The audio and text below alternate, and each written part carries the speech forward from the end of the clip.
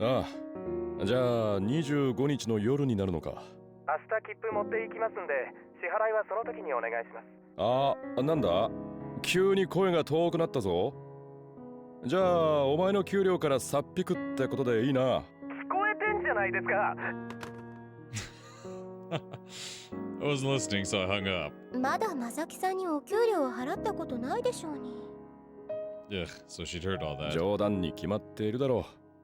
聞こえていたと思うが、出かけるのは25日の夜になったからな。ええ、わかりました。押し入れの中に旅行カバンがあるはずですから。ああ、その辺は任せるわ。I went back to my room and found my leather suitcase exactly where Yukari had said it'd be. Just to be safe, I opened it up to make sure it hadn't become a den of mold. Mold. None. Stink. None. All good to go. That settled, all that remained was the question of how much to pack, seeing as how I hadn't decided on my return train yet. That said, I planned to return before the new year, so the trip would probably be just under a week. Knowing Yukari, she'd probably do a good job of packing if I let her handle it. 兄さん、入りますよ。Yukari slid the door open, carrying laundry with her. 下着は洗濯したものを持っていってくださいね。それとシャツは新しいのがありますからこっち。お前に任せようと思ったんだけどな。兄さんご自身の旅なのですから。俺がやるとカバンに収まりきらないんだよ。兄さんはお仕事以外は大雑把ですからね。Was that because I was type O? Yep, it's because you're blood type, bud. I wasn't exactly a believer in the idea that personalities could be classified by blood types, but then again, Yukari was as methodical as they said type A's were. 仕方ありませんね。あさっての朝までには済ませておきますので、こちらはご自分で畳んでくださいね。Yukari pointed to the stack of laundry. そこに置いておいてくれ。後でやっておくから。絶対しませんよね。Rap busted. 仕方ありませんね。私が畳んでおきますから。ああ、そのくらいなら。Yukari had her own closet, of course, but she stored her futon in mine, and for one hell of a good reason, too. I brought the futon into Yukari's room. My hands were full, so I set it down without turning the lights on. Damn, this room's as spooky as ever. First glance, it looked just like any other girl's room. But the sound of rustling from the closet quickly destroyed that illusion. Nor she keeps in there during the winter. There were a shitload of larvae inside. They were supposed to make sounds and move around, right? 兄さん？ Turned around and saw Yukari over by the light switch, a puzzled look on her face. なあ、ゆかり。押し入れに何がいるんだ？ I timidly pointed right at it. いつも通りですよ。That was exactly what terrified me. 何か音がしたんだが。音ですか？ Yukari cocked her head and marched over to the closet. Saw rows of glass tanks full of dirt within. This was why Yukari kept her futon in my room.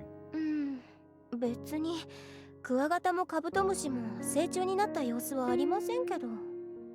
Like hell, I'd stand for those things flying out of there by the end of the month.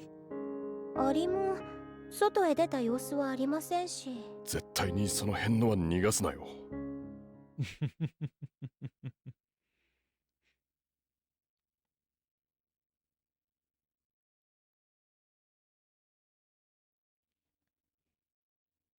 It was already noon by the time I woke up. The night before, I'd packed my bag, got my work documents together, read a book over a little glass of shochu. Must have passed out then. The book in question sat by my pillow. There was no bookmark, so I didn't even remember how far I'd gotten. Guess I'll just start from scratch. I rubbed the sleep out of my eyes as I entered the living room. ゆかり、何？あ、おはようございます。ああ、おはよう。I flopped down to the sofa and suddenly jolted my head up like I'd been struck by lightning. Ayame was sitting across from me. どうかしましたか、時坂先生。いや。兄さん、寝ぼけていないで着替えてきてくださいな。Yukari emerged from the kitchen. もう寝癖もついたままじゃないですか。悪い。I instantly woke up and darted back to my room. Of course, Ayame must be here to help set up for the party. Still, though, gave the slob in the mirror another look over. I know they're both on the stoic side, but no reaction at all? Seriously? I got dressed and returned to find the living room empty. Yukari and Ayame must have been in the kitchen. In their places were coffee and toast on the table. Am I allowed to eat this yet? I'm scared of getting scolded, but also too embarrassed to go ask. Screw it, down that she goes. I ate the whole thing before they even had time to notice. Thought came to me as I sipped my coffee. Ah, crap, I forgot to get presents. Better take care of that now. なあゆかり、今日は誰々が来るんだ？ I called out to the kitchen. 佐藤さんはもういますから、あとは茅原さんと小羽と正木さんですね。Kohane, that friend of hers who hung out here the other day. Kaihara, like the regular from the moon world? Not that's who Yukari's talking about, though. 京子さんはお店があるので来られないそうですが。Nah, whatever. Masuki doesn't need a present. ちょっと出かけてくる。ええ、お早めに戻ってきてくださいね。わかってる。心配するなよ。I donned my coat and stepped outside. Taking the car would have been too much of a hassle on a day like this, so I decided to do all my shopping over in Kichijoji. But while the trek wouldn't be long, I still had to be careful not to trip on the snowy streets on my way over. It was long before I reached Kichijoji station. Is she for real? I sensed someone stalking me the whole time. I surreptitiously looked back at the random intervals and saw her every single time. Clearly she had yet to master the art of tailing. She's actually serious about working for me, isn't she? Could have just lost her in the crowd, but then people would have probably given us funny stares for our very unstable game of cat and mouse. This was only reluctantly that I stopped and turned around. And when I did, she just froze like a deer in headlights. Didn't even have to lure her into an alleyway. まだまだ甘いな。精進します。 Don't. Seriously. お仕事の邪魔になると思いましたので。 Working? Boy, she really missed the mark this time, didn't she? 佐藤さんはどうして出てきたんだい？先生が出ていくのが見えたので。 Apparently I hadn't merited the same courtesy. で、何を調べるんですか？いや、仕事で出てきたわけじゃないさ。ああ、そういう不調もあるんですか。買うということは情報か何かですか？ Seems she still had the wrong idea. She'd been claiming that she wanted to be a detective's assistant for quite some time now, but I didn't know it got this bad. 今日のためのプレゼントを買いに来たんだよ。And so I reluctantly told her the truth. 今日どなたかの Well, I guess it is a certain celebrity's birthday. Oh wait, is that tomorrow? クリスマスのプレゼントだよ。はあ、でもプレゼントはサンタさんが持ってくるものじゃないんですか？ Doesn't Santa bring the presents? No.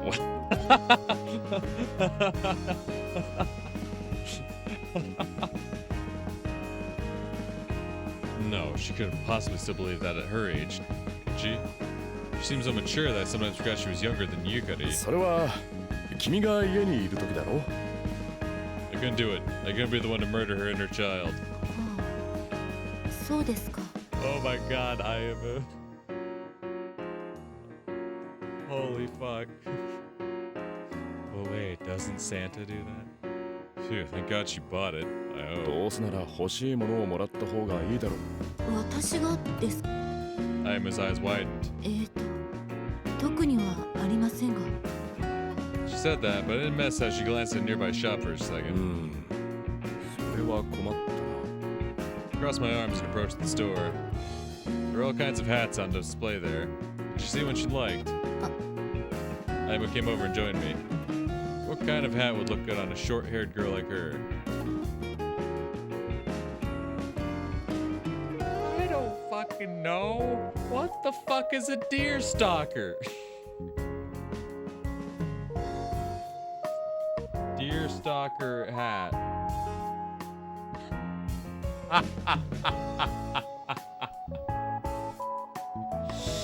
The fucking Sherlock hat? Because of the cap's popular association with the fictional detective Sherlock Holmes, it has become a stereotypical headgear for a detective, especially in comical drawings or cartoons.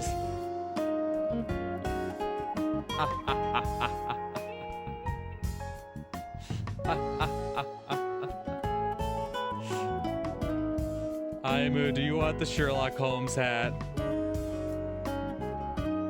I'm not 100% sure, so I'm gonna save just in case. But I get the feeling Aimu wants the Sherlock Holmes hat.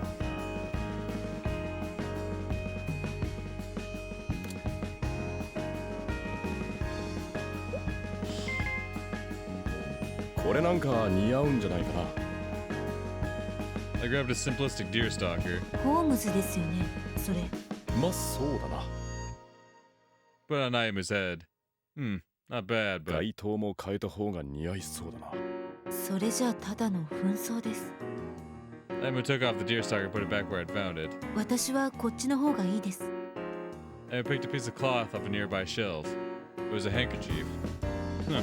Yeah, I thought she'd been looking at the hats. Guess I was way off base. そっちの方はよくわからんから。わかりました。 Ayumu stood before the shelf of handkerchiefs and scanned them as I watched her from behind. Figured it'd probably be for the best to have her pick something she liked rather than a clueless moron like myself. Though, it wasn't really what you call a present. 時坂先生、 Ayumu turned to me with numerous handkerchiefs in hand. Crap, she's gonna make me pick, isn't she? 私はこれがいいです。 She pointed at a red one. 他のは？他の方へのプレゼントですよ。 And argue that assessment. これは時坂先輩に。こちらは鳥居先輩と茅原先輩。あと、助手の方も来られるん And your ですよ、ね。 assistant, my 私の junior. 後輩の。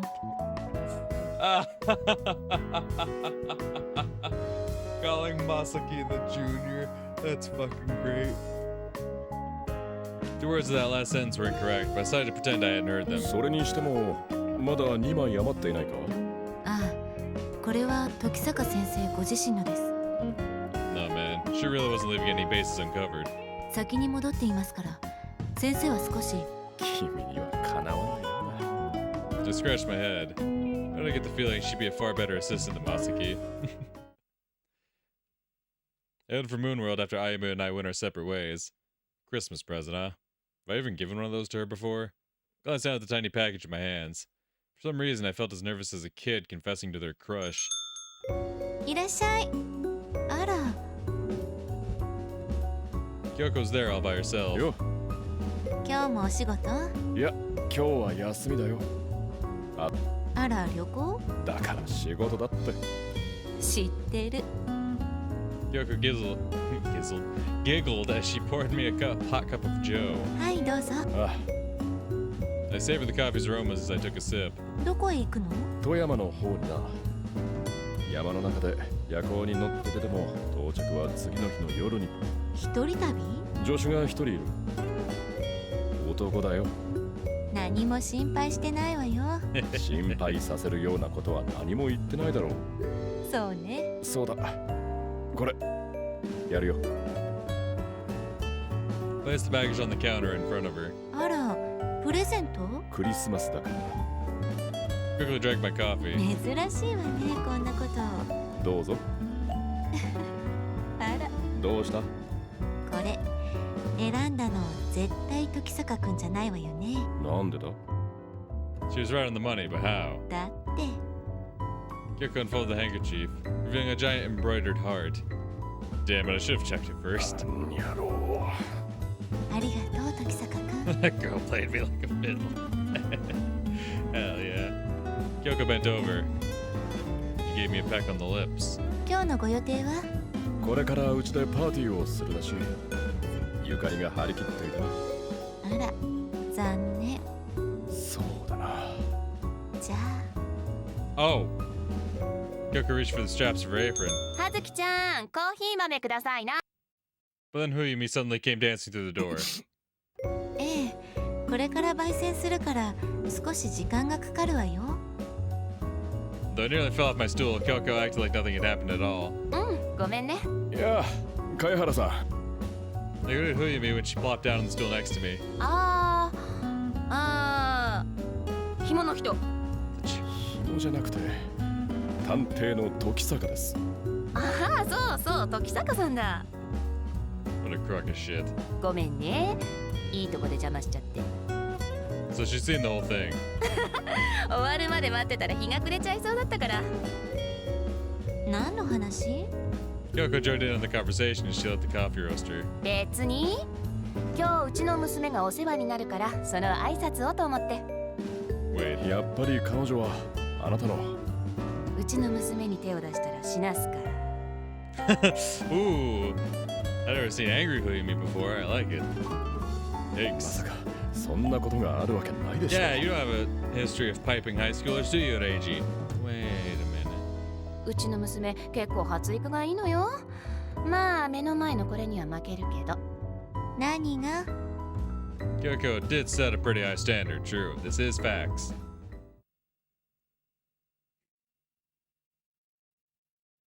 So when was it that Christmas took root in this country? From what Toji could remember, they'd been celebrating Christmas in Ueno and Asakusa since she was a little girl. Not that she'd ever celebrated it, of course. She'd been raised in the slums and lived a life of blood and carnage, so she didn't exactly mesh with the season's festivities.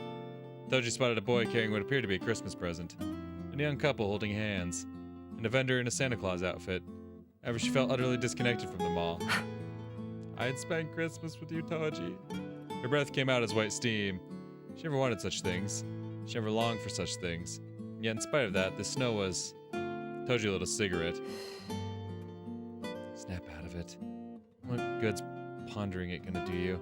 Toji glanced at the station's clock. It was almost time for him to make his entrance. That said, she didn't understand why he'd picked this spot to meet of all places. She even considered she might have been better off visiting him instead, much as she despised his guts. That just went to show how uncomfortable Toji felt, even though she never got that way normally. Toji turned to face the gloomy old man, a slight twinge of comfort rippling within her. Merry Christmas. お前もか。 She felt the migraine coming on. 俺は昔からヤソ教だよ。神父の真似事もしたもんさ。 She couldn't have cared less about what he was saying. そうだ。お前さん、今日限定の Well, I 品 just feel を like, 買 how's わ it ね any え different from your か。 regular takoyaki? It isn't, but it's Christmas. 結構だ。 Toji immediately shot him down when she saw the poster that read, "Have a holly jolly takoyaki." チッこれだから最近の若いやつはよ。 The old man groused. Personally, Toji doubted anyone would ever want to hear about sweet takoyaki, young or old. 姉さん、男と待ち合わせかい。貴様には関係ない。へっ、お熱いね。小里編の聖夜ってやつかい。Toji fought the urge to punch him. She had a respectable job now. She couldn't just be starting brawls in the streets. Besides, she'd rather drink piss-flavored miso soup for the rest of her life than ever be in a relationship with him. Realizing she didn't know if she'd be able to restrain herself, Toji left the old man behind, docked herself at a spot where she could see the station's ticket gate. Once settled in, she popped another cigarette between her lips. どうぞ。 A lighter zoomed toward her from the side. まるでジゴロだな。 However, Toji accepted the light despite her quip. 女性への礼儀は欠かしたことがありませんからね。I'm sure, bud. よく言う。 Toji spewed out smoke with her words. Their surroundings grew even whiter with snow. だからこうして聖なる夜に呼び出したんじゃありませんか。 And wish Yaginuma wasn't in this picture, because just look at my girl Toji there. Fuck. It's amazing. God damn. 最悪だな。殴っていいか。工房で逮捕しますよ。公務じゃないだろ。公務ですよ。 Yaginuma produced an envelope from his pocket. 調査を頼みます。バカか貴様は。 Toji took a breath and glared at Yaginuma. 私が今典型会について調べているのはそれに関係しているからこうして頼んでいるんですよ。糸瀬瑞希、被害者の父親が絡んでいます。どういうことだ。だからそれを調べてほしいんですよ。どうせ典型会の方も手詰まりなんでしょ。余計なお世話だ。But despite cursing him out, thoughts were racing through Toji's mind. Much as he hated to admit it, he was right. Investigation into the Blessed Congregation was going nowhere fast. It was entirely plausible that they had absolutely nothing to do with the serial killings. And yet something about them still bugged her. This talk of illegal clinical trials still seemed completely random, however. Toji failed to see how the two could possibly be related, which meant Yaginuma was clearly hiding something from her. Knowing him, he probably just wanted all the glory for himself. Not that Toji had any interest in renown, when all was said and done. Even if he wanted to get ahead in life, then so be it. まずは典型会が違法知見に手を染めているか、その確認をお願いします。こちらも抱えている案件があるんでな。後回しにせざるを。ええ、それで構いません。こちらでも調べは進めますから。 Yaginuma agreed with her like he was pardoning a criminal from the gallows, then handed her the envelope. It was rather thick. 口止め料込みか。捜査協力費ですよ。判明した事実もそちらが調べている件に関わることでしたら公開しても構いません。 That was just as good as saying she wasn't allowed to say a word about the rest. まあいいさ。 Toji shoved the envelope into her お coat. 上からのクリスマスプレゼントだと思うことにするよ。ああそうだ、その中に領収書が入っているので。ほんと、貴様は人のやる気をそぐのがうまいな。ハッピ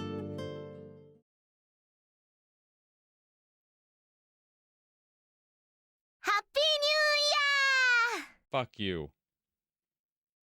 Wrong holiday. What a hell of a way to kick off a Christmas party. やはり京子さんは無理でしたか。ああ、クリスマスの夜は稼ぎ時らしいからな。 Took a sip of the wine Yukari poured me and surveyed the room's occupants. We'd already finished introducing ourselves, though honestly there were only two I didn't know that well. First was Kohane Tori, who'd kicked off the party. She visited our place many times while we'd crossed paths outside a few. The other was Yukiko Kayahara. If I hadn't been in the know, I would have never guessed her mother was the woman I encountered in Moonworld mere hours ago. Though part of that was probably because Huyumi was just so extroverted. In contrast, her daughter Yukiko barely made a peep even at this party, almost like she thought she was the only one in the room. 茅原さん、このサラダは食べられる？ Seemed Yukari had her covered though. ええ。ちくわくらいだったら。 I glanced at the nearby salad. There were indeed minced fish cakes in it. お兄さんの血液型は何ですか？ Fuck you. Kane asked, a magazine in hand. 大型だが、占いかい？そうですよ。私が A だから相性はあれあんまり良くないですね。Yeah, I'd say. だったら俺とゆかりだって相性は良くないのか。血液型を使った占いや性格分類は何ら根拠のない技術。分かってますよ。でも楽しいじゃないですか。Kane turned to Yukiko. 時坂 Muskie called out to me from なんだ？ behind. 自分たちものすごく場違いじゃありませんか。 Party of 4 young women and 2 30-something guys. 気にするな。 Just don't think about it, man. I quickly downed the rest of my wine. お兄さん、お継ぎしますよ。Kane brought a wine bottle over to あ me. ありがとう。 Wait, should I really be letting schoolgirls pour drinks? まさきさんもどうぞ。 Yukari brought him some shochu. すみません。 No, I really おい shouldn't. まさき、明日以降の話があるから。でもいいからごちゃごちゃ言わずに来い。I grabbed Muskie by the neck along with some beer bottles while I was at it, dragging him into my room.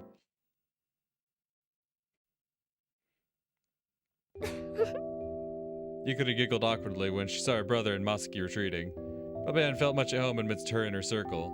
Yukari considered bringing them some food later, though she also wondered if they'd come back on their own in good time. ねえ、ゆかりっち。 Fuck you. Kane came over, wine bottle still in hand. お肉ないの？お肉。鶏肉の唐揚げでしたらそちらに。ごはね？ Yukari snatched the bottle away from her. 大丈夫、飲んでないから。舐めただけ。ダメじゃないですか。 Yukari sighed with exasperation and brought the wine back to the kitchen, figuring it'd be best to put all the alcohol away. 時坂さん、 Yukiko followed her in. 何か手伝うこと。 Yukiko must have felt it was the least she could do since she wasn't being all that social. そう。 Yukari mulled her offer over a bit. There were still some dishes in the kitchen that hadn't been served yet. これを隣の部屋に持って行ってくれないかしら。 Yukari handed Yukiko a plate of sliced ham. ええ。 Yukiko took the plate and spun on her heels before heading for Reiji's room. Meanwhile, Yukari brought a plate bearing pastries to the living room. 先輩、何？これおかわりあります？ Aimu held out an empty bottle of soda. 台所にあるわよ。多分大丈夫です。 Aimu wobbled back and forth as she staggered away into the kitchen. Suspicious, Yukari took a whiff of the bottle. However, all she smelled was sweet soda. Must have been my imagination.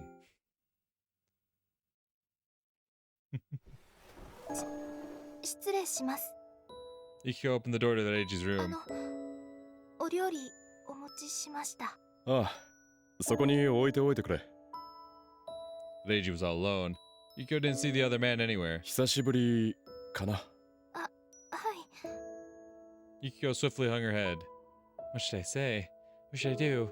She quickly turned to leave when she couldn't come up with an answer. なあゆかりにビールのおかわりを頼むと言ってくれないかな。 Only to freeze when Reiji called out to her. はい。 Yukiko returned to the living room and let out a breath she hadn't realized she'd been holding. どうしたの？ Yukiko shook her head, sat down, and ate from the dish in front of her. Though she didn't like cheese, her tongue didn't even register its flavor at the moment. She got them butterflies in her stomach. She saw Reiji and she was like, oh boy. Masuki passed by Yukari just as she was getting cold beer from the fridge. まさきさん、何ですか？これを兄のところへ持って行っていただけませんか？ She passed him 2 beer bottles. あ、はい。あとはこちらをどうぞ。 Yukari snagged a paper bag off the edge of the kitchen counter and handed it to Masuki. これは？これからまだ寒くなりますし、よろしければお使いください。はあとはこれ兄からです。 Yukari passed him the small bag she'd been given earlier. あ、時坂さんから。私のが気恥ずかしかったんでしょうね。 That didn't mean he had to foist it on me, though. どうもありがとう。どういたしまして。兄のこと。いや、それはこちらこそ世話になってばかりですから。Yukari and Masuki bowed to one another. そうだ。こちらのおつまみを食べていただけませんか？ She showed Masuki a plate of her special delicacy. 何ですか？食べてみればわかりますよ。 They were soy boiled, well, something Yukari had saved just for such an occasion. Deep down, a part of her hoped Masuki would like them as she did. I'm gonna go ahead and say it's probably not. I rolled an empty beer bottle across the floor as I munched on some ham. Sitting that nitwit so long. Could have got it myself faster. Door opened just as I was about to give up and go out. 時坂先生。 Whoa, Ayame. なんだ、佐藤さんか。あ、ちょうどよか。 Ayame suddenly threw herself onto the floor. あ、ちょ。 She then laid her head atop my lap. 酒飲んだのか？飲んでません。 For a moment, that almost sounded credible. 私はただコーラに焼酎を入れて飲んだだけで。Pretty sure that's the definition of drinking, Sato. 酔っ払いは酔ってるのに酔ってないと言いますよ。 True enough. 私は飲んでないと言っているだけなので酔っていないんですよ。 Shit, she was plastered. このくらい探偵の助手としては Knows what exactly? 大丈夫です。ちょっと足元がふわふわしていて。 That sounded pretty drunk to me, but maybe I was wrong. おやすみなさい。寝るな。 I grabbed her arm and forced her to her feet. 強引なんですね。 Someone shoot me, please. 何してるんです？ Just then, the universe, in its cruel sense of humor, saw it fit to send that bastard Masuki walking into the room at that exact moment. おせえよ、バカ。って、なんか顔色悪くないか？いや、ちょっと。 Masuki crumpled onto a floor cushion and set 2 beer bottles down in front of him. Yukari fed him something weird, didn't she? Poor bastard. アリって酸っぱいんですね。ま、口直しに飲めよ。 Poured Masuki a glass of beer.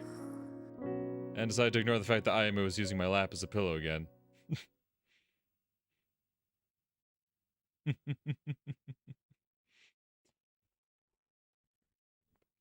Nah, I'm excited for what comes next. I want to see Ayato's grand re-entrance into Hitagata. I woke up, only to be greeted by the pounding of what felt like a jackhammer rocking my skull. Personally, I blame the booze I'd shared with Masuki through the night. おい、起きろ。 Kicked the guy sleeping next to me on the floor. Masuki made a funny noise and woke up. あ、おはようございます。もう昼だぞ。列車は何時だった？ 8時ちょうどの北陸福井行きです。じゃあお前は事務所に戻って出る準備をしておだったら切符代生産してくださいよ。 Shit, he remembered. 領収書よこせ。ヤギ沼のやつがどれだけ経費で全額警察が持っているわけじゃない。捜査費からいくらか出るだろうが、そのあたりは管理官殿の紫三寸だな。Pass Muskie several thousand yen bills. ただ働きもあり得るということですか。お前さんの給料だって支払われるかわからんさ。あ、そうか。それだけは勘弁してくださいよ。部屋だって探さなきゃならないんですから。律儀に身辺整理して死のうとした罰だろ。それもそうですね。Muskie sighed and rose to his feet. じゃあ一旦戻ります。上野駅前で待ち合わせで構いませんか？ああ、それでいい。適当に時間を潰していてくれ。わかりました。Muskie left my room. Okay, time to do some prepping of my own.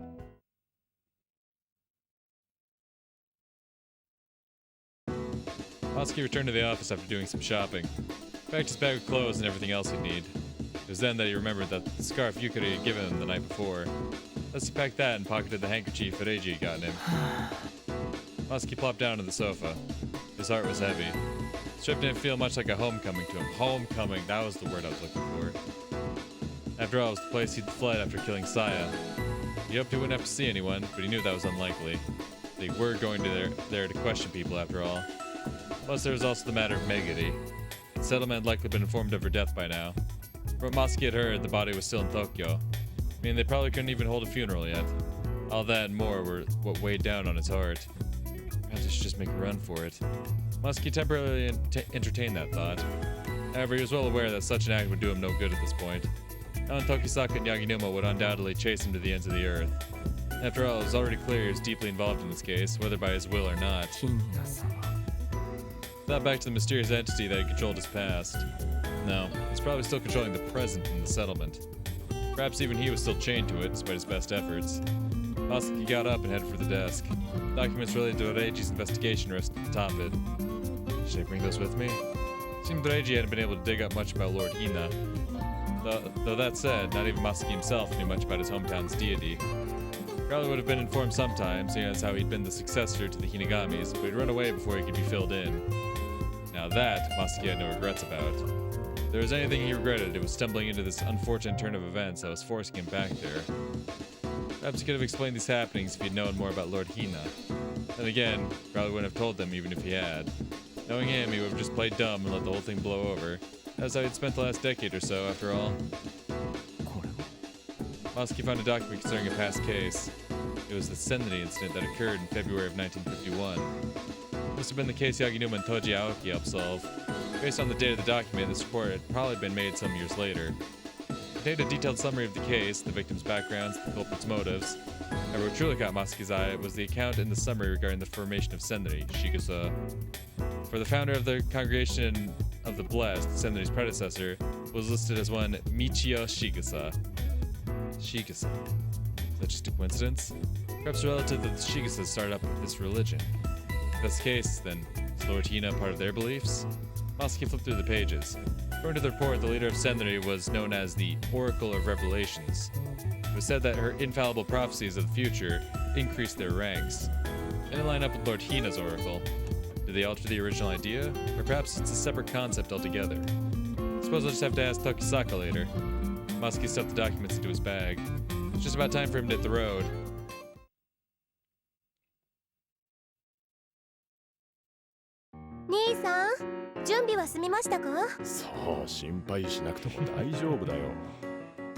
Starting to get fed up with Yukari's nagging.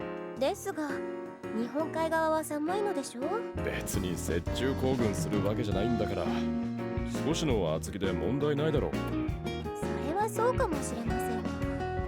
あ、そうそう。子供じゃないんだから。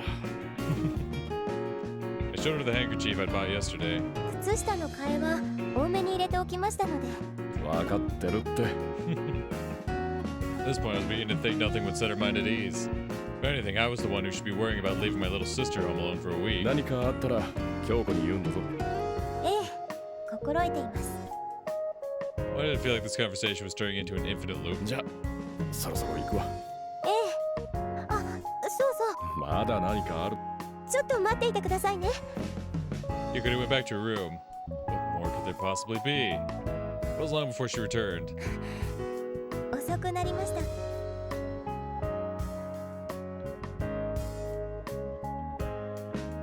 Yukari handed me a pair of leather gloves. 手袋。クリスマスプレゼントですよ。ああ。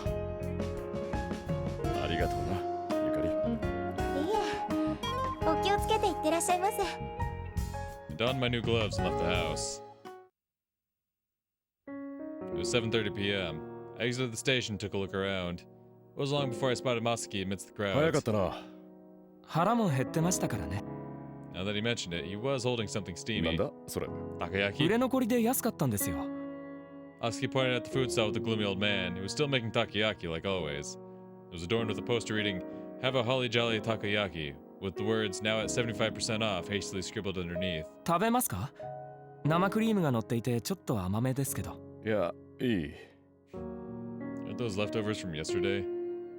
Feared I'd turn my stomach into an active volcano if I took so much as a bite. 俺はそばでもすすっていくよ。 That seemed far safer.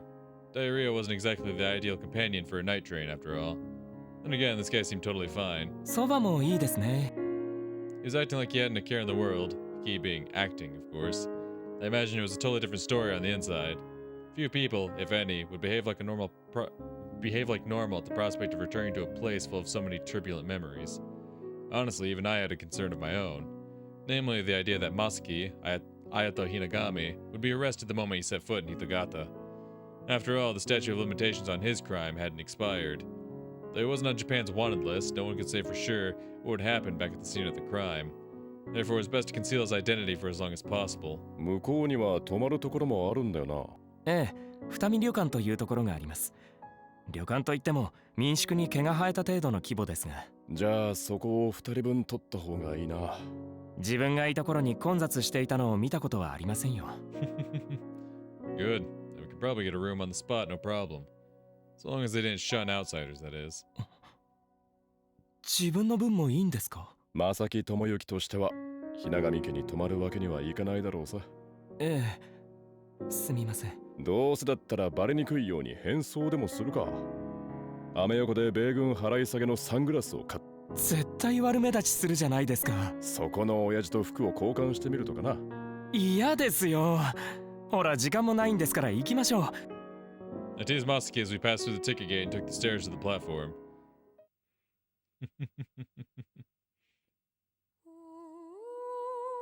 The Sheep of Purgatorio by Shin Katsuragi. Oh boy, he wrote another book. Let's fucking go. 1 sheep, 2 sheep, red sheep, blue sheep, 3 sheep, 4. The black shadow whispered on and on. The words were not meant to evoke sleep. Rather, they were directed at a girl sleeping on the ground all by her lonesome. Her eyelids faintly moved, accompanied by a loud creak. The girl's newly opened eyes took stock of the black shadow. It was a sheep with a head covered in wool and twisted horns, staring at the girl with horizontally slanted eyes. With a gasp, the girl looked around. She found herself in a place she didn't recognize, the shore of an island with a steep mountain looming at its center. "Excuse me, where exactly am I?" asked the girl, looking into the sheep's eyes, fake as though made of glass. A normal sheep would have never understood her, yet the girl, surmising this was the being who'd whispered to her in her sleep, voiced that question all the same. Eventually the sheep opened its mouth, as if preparing to feast on grass. "Welcome to Purgatorio," it answered, in a baritone voice unbefitting its appearance. "Purgatorio?" asked the little girl. "Is that the name of this island?" The sheep stood up, not so much as uttering a word. The girl could only see its black legs as long as a human's, from where she was. She tried to get up and follow the sheep, but her body wouldn't move as she pleased. Confused, she looked over her stiff body, only to scream, for it turned into a wooden puppet. Her skin was that of wooden grains, gleaming as though it had been polished 100-fold by a craftsman. Meanwhile, her elbows and knees had been fitted with wooden spheres that served as her joints. They were grinding against her arms and thighs, hence why they could not move as she willed. It appeared the creaking she had heard when she woken up had come from herself. "What is happening to my body?" the girl asked the sheep man. "Just who am I?" "Lord, still your heart, and let respite reign in the knowledge that your inquiries shall surely be blessed with answers in due time," echoed a voice that was not the sheep man's, but that of an angel who had started dancing in the air above the girl at some point. "What do you mean that, angel?" the girl asked the angel overhead. "First, you must conquer 6 trials," replied the angel in a majestic voice. "But hearken closely.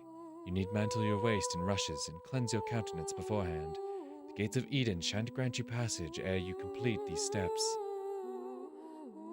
"Your wish is my command, O angel," said the girl, forcing her sluggish body to her feet and stumbling toward the coast. There, she washed her face and wrapped some rushes growing out of the ground around her waist. For some reason, those acts made the girl's creaking body feel lighter. Now let us venture to the summit of Purgatorio, said the sheep man, guiding the wooden girl. Okay, that's weird. It began to snow many hours after clouds dyed gray by twilight blotted out the night sky. Yukiko watched the snow fall from her foggy glass window. She found it fitting for a girl whose name meant snow child, like herself, to be a party to this. The snow graced roofs, walls, windows, and the ground before melting. Yet over time, it stubbornly took root until the earth was blanketed in white. All the snow prior to then had been a sacrifice. It was much like Yukiko, who existed on a mountain of sacrifices. She set her book on the desk. The closing ceremony was tomorrow. Just one more trip to school and she'd be done for the year. There wouldn't be any classes until the opening ceremony on January 6th. January 6th? Yukiko Kayahara, where were you on the evening of January 6th? That left her with just about 10 days of break. She hadn't known what to do with that blank period every other year. Without class, she had far too much free time on her hands. However, things were different this time. This time she wanted to draw something. Yukiko picked up her book. It was a story about Mary traveling the land of Purgatorio. Accompanying her were a rabbit, sheep, and angel.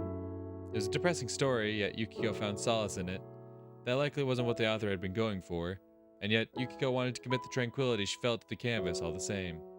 What's more, she wanted to draw her, too. Those were her first desires Yukiko had held in a very long time. Oh ho ho. December 26th.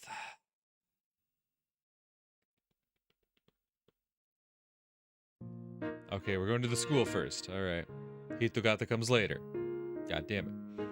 The closing ceremony began, and once all the students assembled in the auditorium, Yukari was at the center. Kohane was right next to her. Meanwhile, Yukiko was behind them. There was absolutely no chit-chat to be found, merely the sounds of the teachers' voices. Most of the speech was just pointers on what not to do during the break. Yukari had heard this spiel so many times before that she could recite it in her sleep. Don't go to shopping districts in casual clothes. Don't go out after sunset. Don't engage in illicit sexual relationships. All taboos, one after another. Countless things that Yukari wouldn't even have dreamed of doing escaped the teacher's lips. Though since it was winter, it could also be dark out by the time she finished shopping for dinner, she supposed. Still, she couldn't imagine they'd get on her case for something like that. That said, she felt they'd gotten even stricter since the murders 2 springs ago. Those incidents had weighed heavily on not just the school, but many students in general. So Yukari could only imagine they were cracking down even harder on the student body in order to prevent a second coming of those incidents. Though ironically, Odeji had said it was pressure from all this repression that had triggered the murders to begin with.